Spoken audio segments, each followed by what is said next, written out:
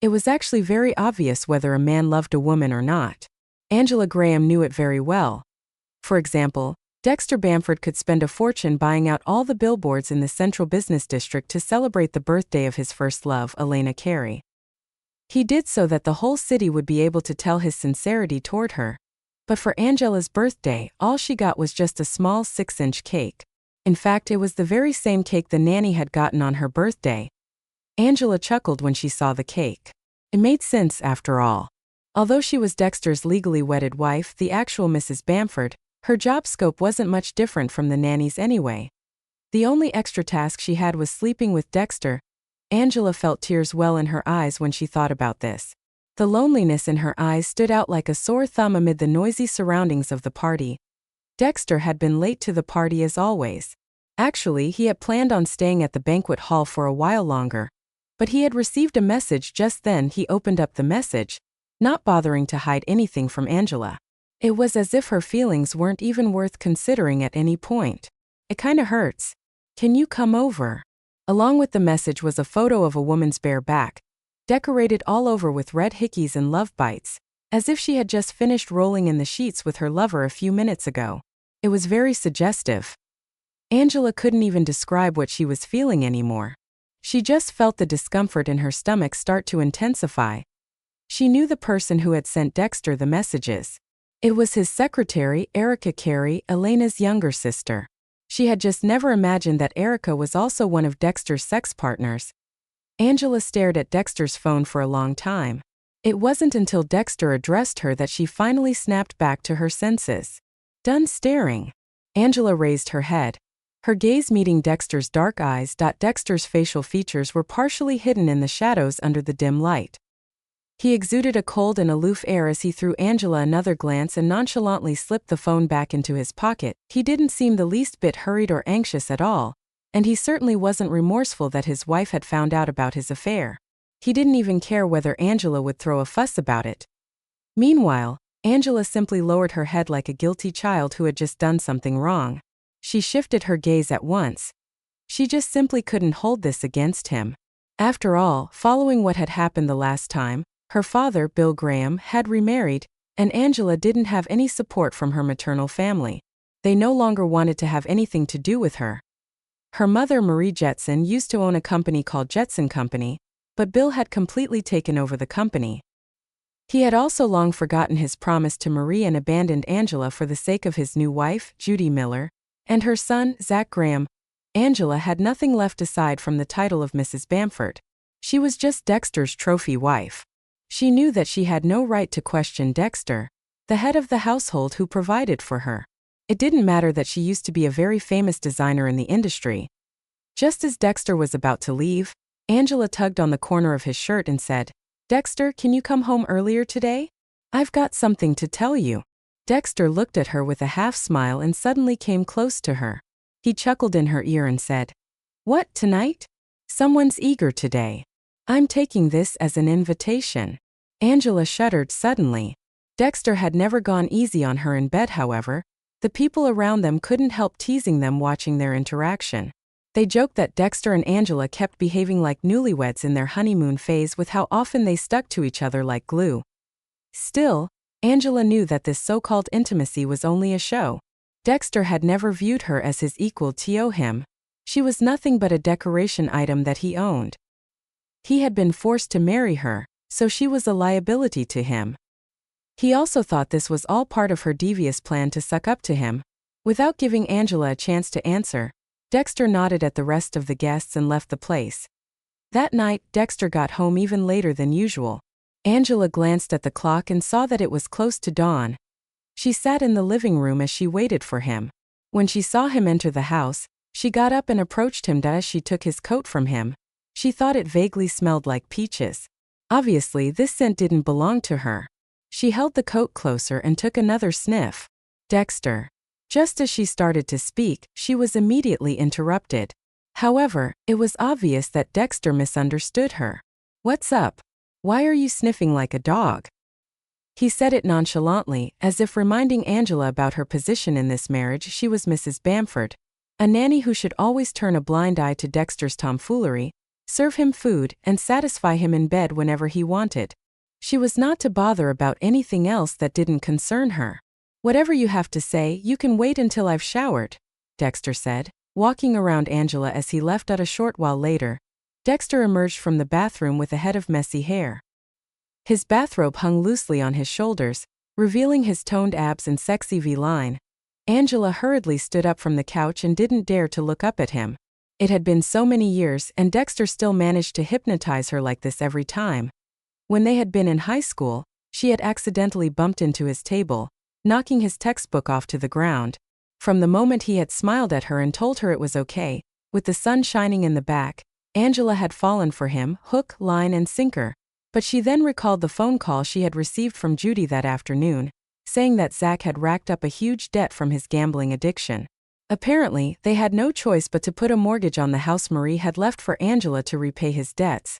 That house had belonged to Marie all along and had nothing to do with them. How could they have done such a thing?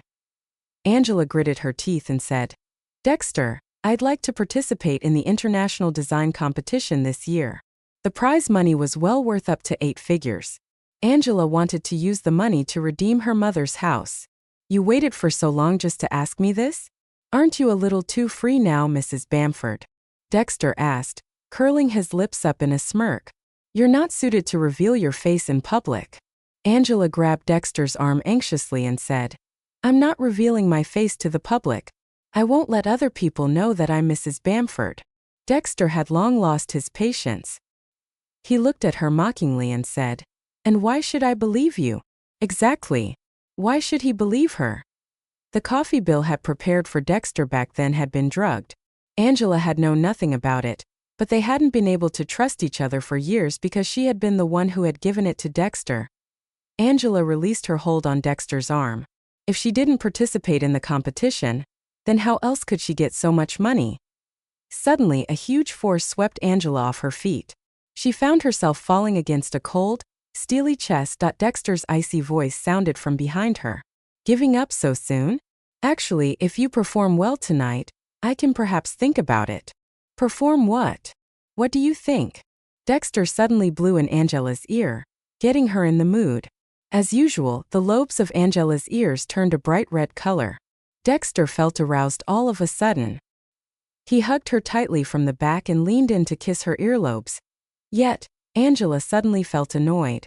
Dexter often acted on his primal instincts. He was the only one who had a say in whether they would be having sex that night or not. Hadn't he just returned from fucking someone else that night? Was he just dissatisfied with that woman? Before Angela could push him away, Dexter's phone suddenly started ringing loudly, ruining the mood. He went to answer the phone. The sound of a woman sobbing could be heard on the other end of the line. Dexter glanced up at Angela before speaking gently into the phone. "What's the matter? Don't cry." Angela watched as Dexter changed into his outdoor clothes and left for the second time. For some other woman, and that too on her birthday. Her eyes stung with tears. She didn't feel sleepy anymore after Dexter left. Thinking she would get a book or two to read, Angela headed into the study and happened to see a contract. The contract was placed right in the center of the table, as if anyone was welcome to take a look at it. It was a contract between Dexter and Elena, his first love. Angela couldn't believe that they were still in contact with each other. The contract was very thick. It had started when Angela had first gotten married to Dexter, spanning 5 years. Angela's hand shook. The more she read, the more shocking it was for her. The latest date was actually last night. Yes, it turned out. Everything that Dexter had done for her, whether a celebration or an anniversary date, had been meticulously planned out by Elena. That explained everything. No wonder Dexter had been so gracious to set off a fireworks display, just for her, when she had made a fuss about him and Elena. The fireworks display had been a grand show of colors, lighting up the night with the words "love you," the very 2 words Angela had been wanting to hear from Dexter since forever. She had felt so touched then. She could still remember how elated she had felt when she had seen the 2 words in the sky. But now, after reading this contract, she finally understood that the fireworks display she had been so proud of had been nothing but another one of Dexter's tactics to toy with her emotions.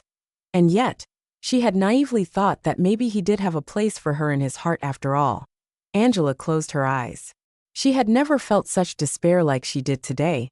She was going to have to divorce him. Dexter didn't return for the rest of the night. The next morning, Erica called, telling Angela to bring Dexter's tie and cufflinks to the company. She told Angela to hurry up since Dexter had an important meeting that day. Angela packed the things and headed over to Bamford Company. However, as always, she was stopped by the receptionist. "Good morning, miss. Do you have an appointment today?"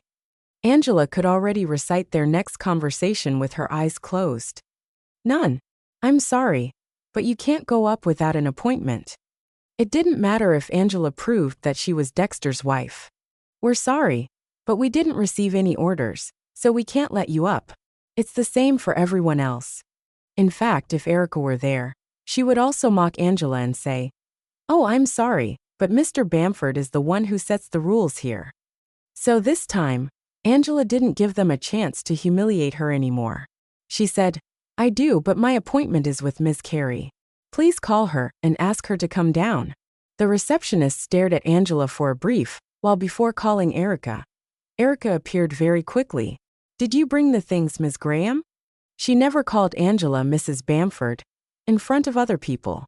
She was also somewhat dismissive of her, talking to her as if she were just talking to a delivery man. In the past, Angela would always treat Erica with the utmost respect because of her status and position.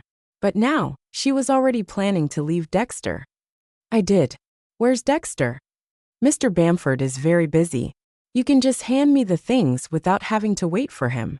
He won't show up anyway," Erica said condescendingly. Angela sighed in relief. She lifted a corner of her lips in a smirk and passed the items to Erica. "Okay, I'll pass you his things. I just thought of telling him that next time, it would perhaps be more appropriate for him to get his driver to send these things to him.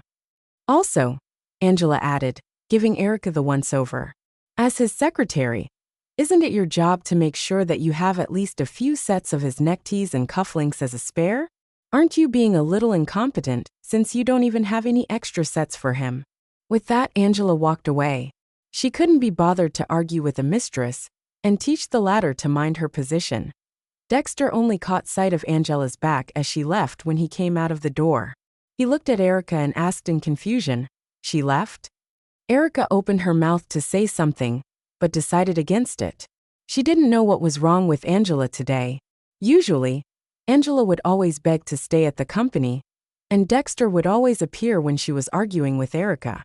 But it was somehow different today. It was as if Angela was a completely different person altogether. At the very least, she didn't stay back to wait to catch a glimpse of Dexter anymore. Erica frowned. Yes, she left without saying anything else. Dexter found it strange. He felt a little frustrated too. Don't bother about her.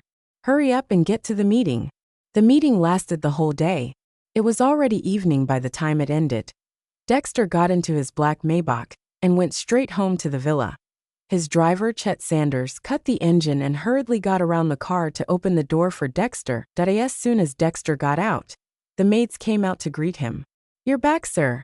Madam has been in her room all day and refuses to eat anything. We're not sure if anything's wrong with her." When he heard this, Dexter was stunned for a moment. His eyes turned dark with emotion. Angela must be jealous.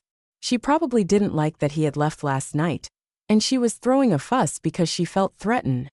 Dexter went upstairs, jeering at her in his heart. He saw Angela folding her clothes in front of the wardrobe when he stepped into their bedroom. He reached up to loosen his tie, leaning against the side as he openly eyed her from top to bottom. This was Angela, his wife. Aside from that pretty face of hers, she was absolutely useless to him.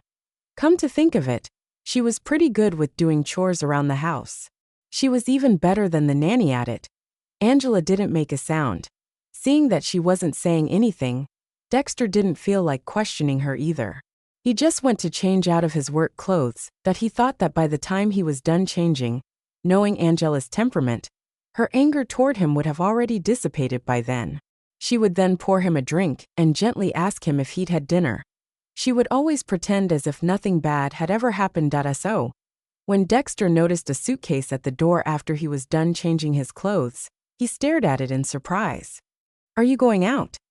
Dexter asked, frowning slightly. Angela packed up the last of her belongings and raised her head to meet Dexter's gaze. Dexter's eyes were deep, and he exuded an air of elegance. It was still just as Angela remembered him from when she had first met him, that he was a brightly shining star, and she simply couldn't take her eyes away off of him. However, as time passed, Dexter had only seemed to hate her even more. Angela stared at him silently for a long time. She stared at him for so long that her eyes began to feel dry, and they slightly welled up with tears. She then took a deep breath and said slowly, "Dexter Bamford, let's get a divorce." Dexter could hardly believe what he had just heard. Throughout his marriage with Angela, he had only ever seen a submissive and hopeful look in her eyes. He knew she feared losing him. The term divorce was probably the thing she had feared hearing the most in the past 3 years, but now she had uttered it so casually. When Dexter had seen Angela's retreating back at the office this morning, he had already felt annoyed. That emotion resurfaced again. He casually picked up a cigarette from the pack on the table and lit it amid the swirling smoke. Dexter questioned in a cold voice, "What? Are you upset because I didn't accompany you yesterday? Or is it because I refused to let you participate in that ridiculous competition? Angela, are you out of your mind? You cried and begged to be Mrs. Bamford. You live in a villa and have luxury cars to drive you around. I even propped up your failing family. What more could you possibly be dissatisfied with?" The disdain and contempt in his words made Angela feel a chill run down her spine. She should have known better. She couldn't hold back anymore. She retorted loudly, almost shouting, "Mrs. Bamford?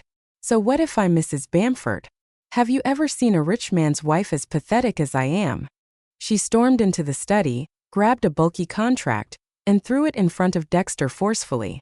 "You should know what this is better than I do. I'm expected to keep up appearances in front of your family, but when I come home, even the household staff can show me attitude. What kind of wife spends her birthday being yet another portfolio addition to a fireworks designer, and is given the very same 6-inch birthday cake that was given to the nanny? While it is true that I got to become Mrs. Bamford because of my family's plotting, I don't want it anymore. Do you have a problem with that?" Dexter found this side of Angela unfamiliar. At the same time, he thought she was being ridiculous. "Do you think you can just get into this marriage and end it as you wish? You'd be too naive to think so." He raised an eyebrow mockingly. "Do you think you can come and go as you please in the Bamford family? What about the debt you and your family owe me? Whatever the Graham family owes you, go to them. What do I owe you, Dexter? I don't owe you a thing. Even if I did, 3 years of warming your bed should have been enough to repay it," Angela countered. She didn't want to argue with Dexter anymore. So she picked up her only suitcase and turned to leave. After 3 years of being Mrs. Bamford, all her belongings didn't even fill a small suitcase. This was proof of the miserable life she had been leading. As she approached the staircase, a strong grip pulled her back. Dexter's expression was stormy as he gripped her chin and forced her to look up at him. "Warming my bed? Is that how you see yourself? Ha! Seems I've overestimated you. You don't even know how to be proactive in bed or please me. Shall I give you a chance to demonstrate what you're capable of now?" Angela's eyes widened in disbelief as the dull pain radiated from her chin. Out of reflex and in retaliation, she slapped Dexter as her hand landed on his face. A loud slap echoed in the enclosed space. The air around them seemed to freeze at that moment. A surge of anger shot up in Dexter's heart, and the next second, Angela felt the world spinning around her as Dexter picked her up and threw her onto the bed.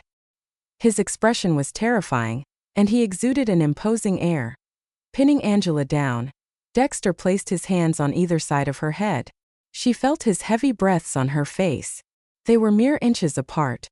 Angela tensed up upon sensing the looming danger. As she stared at the vivid handprint on his face, she couldn't help but cower a little. Dexter bit down on the side of her neck and spoke unkind words in the most intimate way possible.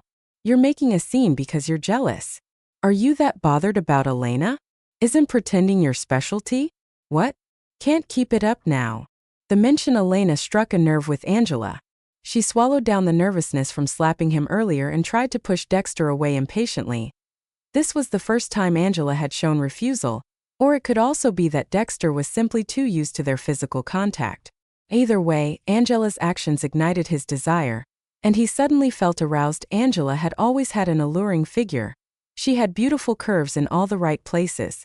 Though she was passive in bed, they actually got along very well physically. Dexter brushed a few strands of stray hair off her forehead, his gaze darkening. He then leaned in, his lips lingering over hers. One of his hands moved to grip her soft waist. Angela came to her senses and realized what Dexter was about to do. Usually, she found it hard to refuse him when he was this forceful. But now that she intended to divorce him, this forced intimacy was uncalled for. No, Dexter. Stop. Angela was unaware of the impact that her soft, moaning tone had on a man. There was even a hint of a sob in her meek protest. Angela cursed herself for being so weak. All it took was a light kiss from Dexter, and what was supposed to be a firm rejection sounded like she was playing hard to get instead. Well, Dexter was into this. His wandering hand trailed lower as his lips brushed over her earlobe. Isn't it too early to ask me to stop now? It always takes a few rounds before you start begging for mercy. Angela's face turned red with embarrassment, and she had a flustered look in her eyes. Even if Dexter didn't want to admit it, he was indeed aroused when he held her intoxicating body in his arms so closely. Just as he was about to tear her clothes away, she reached out and stopped him. Angela asked through ragged breaths, "There are no more condoms. Are you sure about this?" Dexter paused and reason took over. He realized that he wasn't that desperate to bet her. After all, having a child with Angela wasn't part of his current plans. Nevertheless, he felt reluctant to let go of her when the mood was just right. He raised an eyebrow and questioned, "Are you threatening me?" "No, I'm simply stating a fact." Angela stubbornly looked up at him, standing her ground at a T that moment. Something snapped in Dexter, and he found the face staring back at him incredibly infuriating. "You could just take a pill," he growled, disregarding her objections. Angela's face was wet with tears. Once again she saw her true worth in Dexter's eyes. Even calling her a sex partner would be too generous. The sex partner had the right to say no, but she didn't even have the right to refuse. The abrupt ringing of Dexter's phone interrupted their imminent intimacy. He casually picked up his phone, not really concerned at first. But upon seeing who was calling, he quickly lifted himself off Angela. Dexter cleared his throat with a light cough before pressing the answer button. "Yes, Grandpa?" The robust voice of an old man came from the other end. "Dexter, I may be sick, but I'm not dead. Did you even know it was Angie's birthday yesterday?" Upon hearing this, Dexter glanced at Angela, before speaking politely into the phone. "Of course I knew it was her birthday yesterday. I even organized a grand celebration for her." "Humph, don't try to fool me," Joseph Bamford scolded. The next moment, there was the sound of Joseph angrily handing the phone over to his butler, Gary Butler. Gary took over the call and spoke respectfully to Dexter. "Mr. Bamford Jr., Mr. Bamford Sr., has been feeling some discomfort in his chest over the past couple of days. If you have the time, bring your wife along to visit him at Bamford Manor. Mr. Bamford Sr. might not say it, but he probably misses the pasta she makes." Dexter remained silent for a moment before agreeing. "I'll bring her over shortly, Mr. Butler." After hanging up, Dexter calmly adjusted his cuffs and asked in a seemingly casual tone, "Didn't you post any birthday photos yesterday?" With just that question, Angela understood what he meant. The lack of photos had caused Joseph to worry. "Grandpa isn't well, and he's getting on in years. Whatever you may be thinking, keep it to yourself in front of him. Understood?" Dexter warned. Angela nodded wordlessly and got up to get dressed. Joseph was the only one in the Bamford family who had ever truly treated her well. When she had been 10, Marie had died saving Joseph. After that, Bill had gotten married again, and Judy had become her stepmother. Bill had used this debt of gratitude to secure Angela a foothold in the Bamford family. Feeling sympathy for her, and having always liked Angela, Joseph had forced Dexter to marry her. She and Dexter getting divorced was a private matter. So, there was no need to trouble Joseph about it. He didn't need to know. Dexter went downstairs first, and picked out a Cullinan from the garage. He didn't ask Chet to drive him to Bamford Manor. Instead, he drove the car out himself. The engine emitted a low hum in the night. Angela changed into a white camisole dress and draped a pale blue shawl over it, accentuating her curves. Her long hair cascaded down her shoulders, and the pale skin on her neck was partially visible, adding a touch of allure. She forcefully tugged on the handle of the door to the back seat, but it wouldn't budge. The window on the passenger side rolled down halfway, and Dexter's impatient voice came from inside. "Get in the front." Angela hesitated only briefly before opening the door and getting in. Dexter stepped on the accelerator pedal somewhat heavily as he drove off. The inertia caused Angela to be thrown back into her seat slightly, making her frown. She glanced sideways at Dexter, who had one hand resting on the wheel. He was completely focused on the road, seemingly oblivious to her presence that he had always been like this. In their 3 years of marriage, he had seldom given her any of his attention unless it had been necessary. Over the years, Angela had rarely gotten to ride in his car. The times she had gotten to sit in the passenger seat were few and far between. Now that she was preparing to divorce Dexter, she didn't bother to engage him further. Hence, the drive was silent. The car stopped in front of Bamford Manor, which was on the outskirts of town. With its lush greenery and vast expanse, it resembled castle grounds from the last century, rustic yet grand on the outside and luxurious on the inside. Just as Angela was about to open the door to get out, Dexter grabbed her wrist. "Hold on." She turned around in puzzlement to see Dexter looking unusually serious. "What?" she asked curtly. "Let me remind you again. Grandpa can't handle surprises. Think carefully before you speak," Dexter reminded warily. Angela nodded, her tone cold as she replied, "I know." As she got out, she shrugged her shoulders against the chilly night air. With brisk steps, she walked toward the entrance. Dexter watched her back, noticing that she didn't wait for him. He caught up with her in a few strides and placed a hand over her shoulder, that he felt her halt, and her body stiffened for a brief second. Ultimately, she didn't pull away. In the main hall on the first floor, Dexter's mother, Fiona Rosewell, sat elegantly, holding a steaming cup of dandelion tea prepared by the maids. She didn't even look up when Gary announced Dexter and Angela's return. Angela wasn't surprised. For the past 3 years, Fiona had always been indifferent toward her. Once, Angela would have felt hurt upon being given the cold shoulder. But now that she was on the brink of divorce from Dexter, none of it seemed to matter anymore. Knowing that Dexter would never take the initiative to greet Fiona, Angela took the initiative to greet her instead. After a moment, Fiona reluctantly nodded and said, "Oh, you're here. Go greet your grandfather."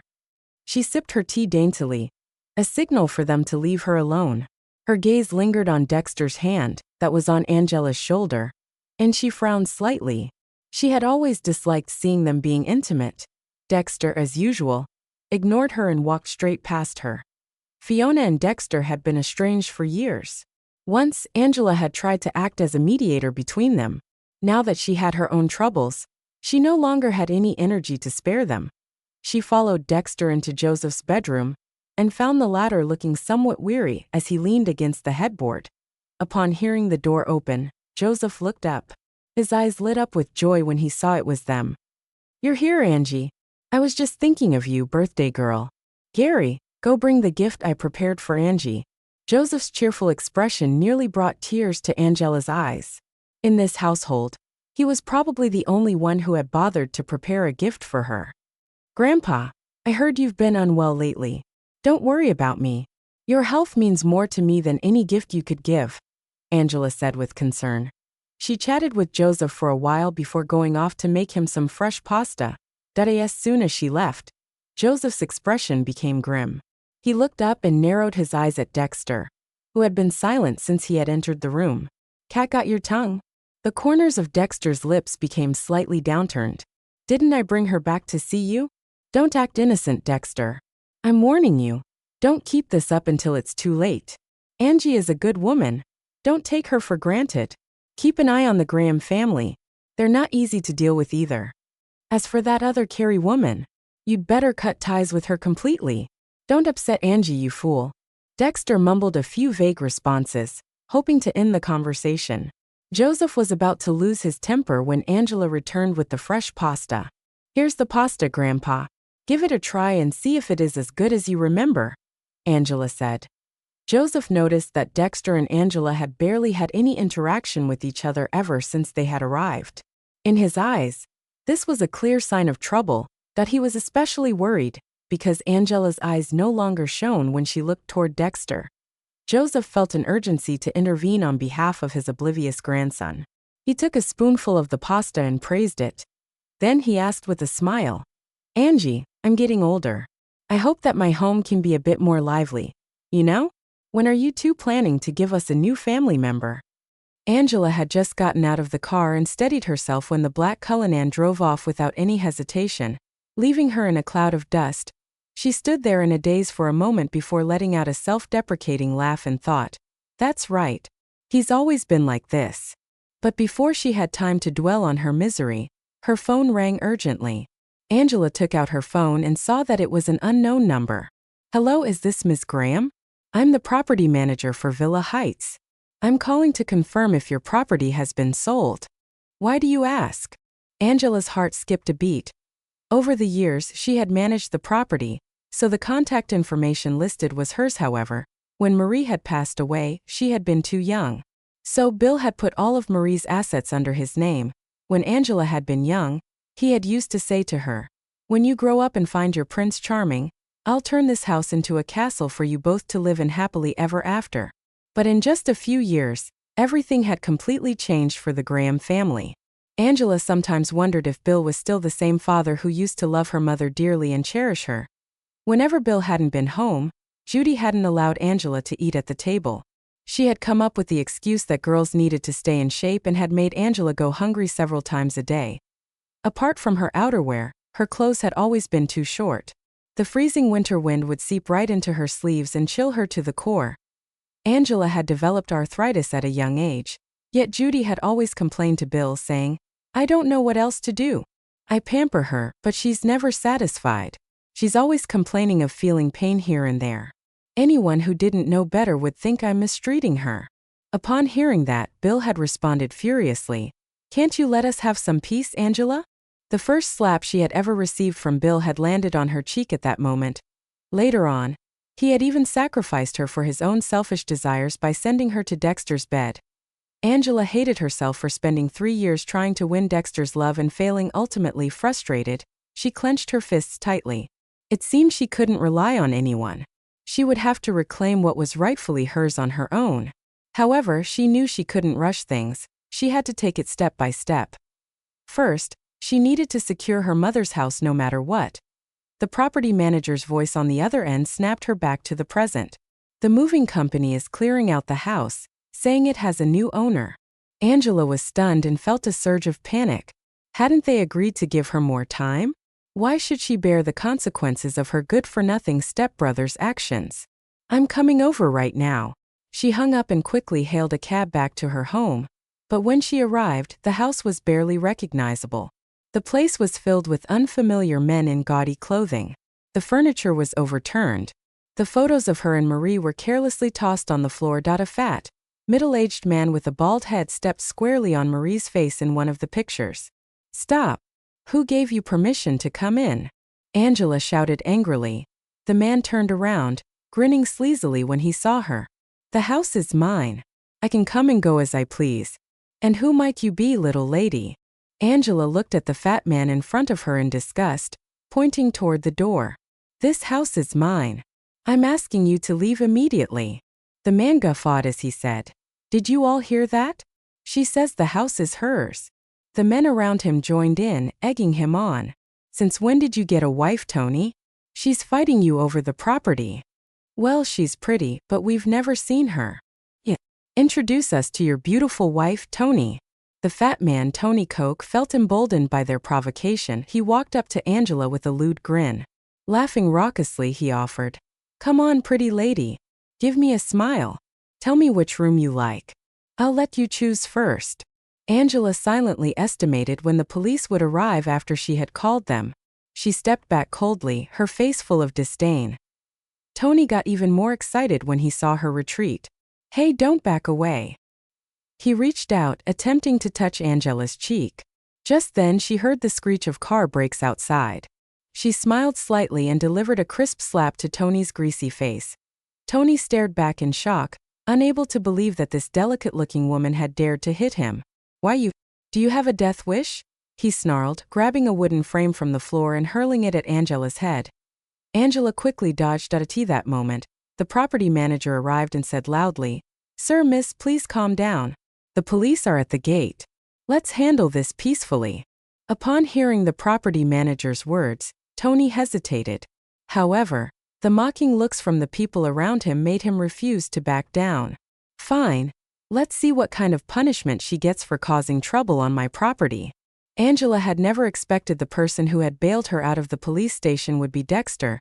When she saw him, he had one hand on the car window, while the other held a cigarette he was smoking. He looked devilishly handsome. His gaze toward her was filled with disdain. "Well, this is unexpected, Mrs. Bamford." As the ember at the tail end of the cigarette glowed and dimmed, the mocking smile on his face was clear to see. "I didn't expect I'd need to come and get you from the police station on the first day you ran away from home." Angela felt a wave of humiliation but held back her tears. She put on a defiant expression and replied, "Since you find it so troublesome, why don't we just get divorced tomorrow? That way, you won't be troubled by my problems anymore."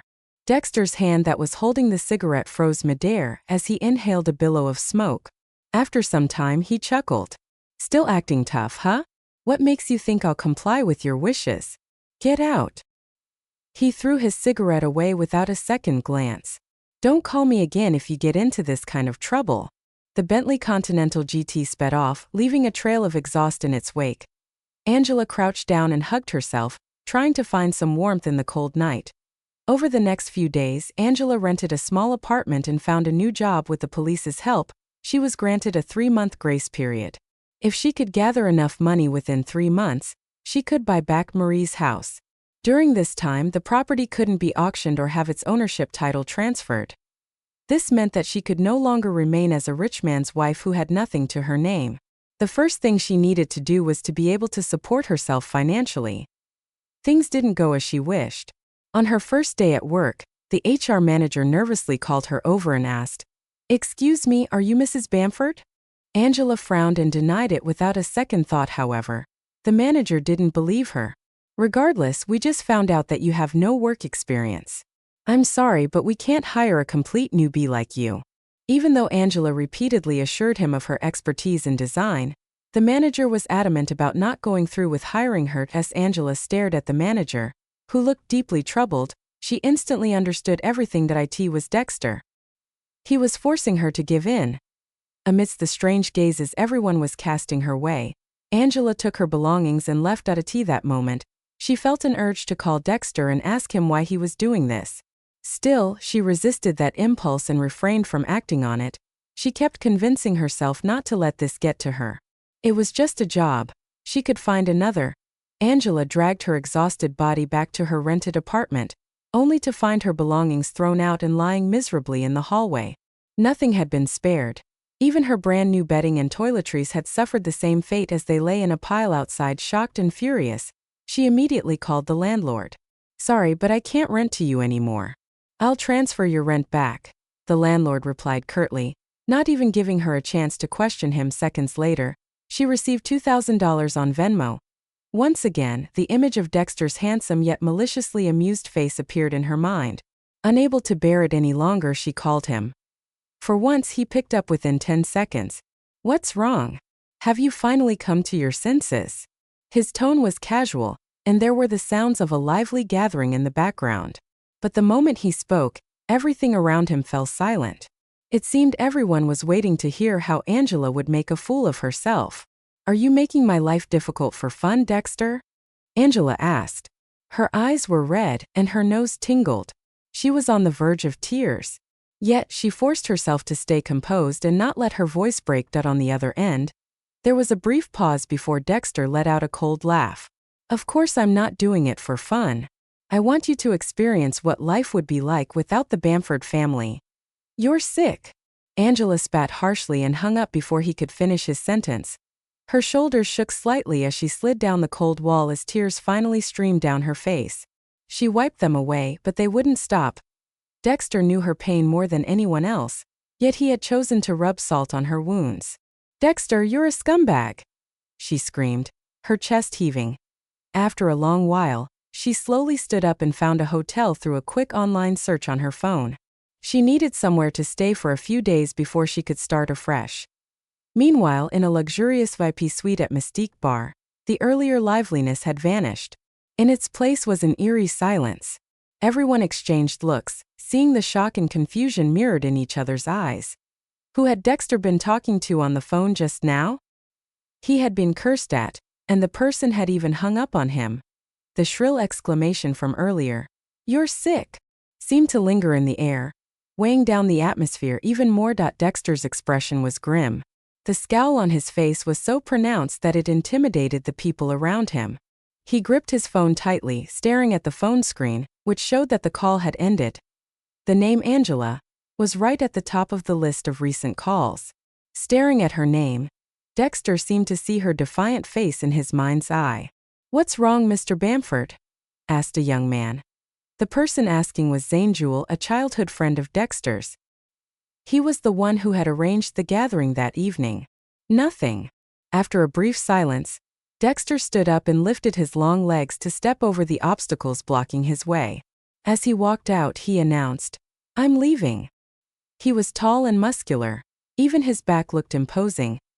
Erica was already waiting outside. As Dexter tossed his coat to her, he ordered coldly, "Take me to Bliss Garden."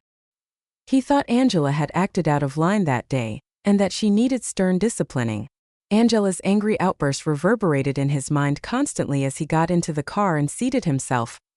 Irritated, he loosened his tie. Erica asked, "Mr. Bamford, why are you going to Bliss Garden?" Normally, she wouldn't ask questions. Her reaction was out of the norm that day. Dexter's expression darkened. "What? Do I need to report to you now?" Erica turned pale instantly. She lowered her head and explained, "I'm sorry, Mr. Bamford. Mrs. Bamford is no longer at Bliss Garden." Dexter frowned and asked irritably, "What do you mean? Where did she go?" Erica recounted her conversation with Angela's landlord in Bliss Garden succinctly. "Who told you to do that?" Dexter's gaze was icy, and he exuded a menacing chill all over. No wonder Angela had been furious. She had been pushed to her limits. Erica trembled in fear and struggled to come up with an adequate explanation that could justify her actions. However, her mouth felt like it was glued shut, and she couldn't utter a word. "Find her," Dexter ordered coldly. His expression remained the same, but it still sent a chill down Erica's spine. The gentle summer night breeze blew softly. Angela trudged along the city's main street with all her belongings. She went from one hotel to another. She had to admit that Dexter was ruthless. With just a little effort, he had plunged her into the depths of despair. This was a huge city, yet she couldn't even find a place to stay. Angela had thought about going home, but that place was hardly home to her anymore. Suddenly, it began to rain. As the rain grew heavier, Angela and her meager belongings were soaked through in no time. Angela ran desperately in the rain. Eventually, she found shelter in a self-service banking kiosk. With that, she finally had a moment to catch her breath. She found a cheap motel that didn't require any registration on her phone. When the rain stopped, she took a cab there. The motel was in poor condition, and it had thin walls, so she didn't sleep well all night. The next morning, she woke up with a fever. She felt hot for a moment but cold in the next. Due to her sickness, she drifted in and out of consciousness. Suddenly, Angela heard the door open. She jumped out of bed immediately, feeling alarmed. Dexter stepped in, and it was clear he wasn't pleased when their eyes met. Her guarded expression didn't soften in the slightest. She asked, "What are you doing here?" Of course, he was there to watch her misery. What Dexter first noticed upon stepping in wasn't the defensive look on Angela's face. He scanned the shabby room and frowned while thinking, "I can't believe she'd rather stay here than admit defeat and come home. I came to see what my dear wife has been up to these past 2 days," Dexter said blandly, sitting down on the dingy couch. The lingering scent of the previous occupant's body odor and sweat clung to it. The moment his nose caught the stench, he stood back up, feeling repulsed. "So is life on the streets fun?" he asked, looking at Angela with amusement that he observed her frail frame. Though she looked thin and weak, her gaze was sharp and defiant. Something was different about her. "It's none of your business." Angela's head ached, and her knees felt like they would buckle at any moment. Even her voice sounded lethargic. She wrapped herself in her clothes and sneezed. It made her head throb even more. Dexter quickly sensed that something was wrong with her. He stepped forward and grabbed her arm, noticing right away that she was burning up. His hand shot up to her face and forehead, and an even warmer temperature registered on his fingers.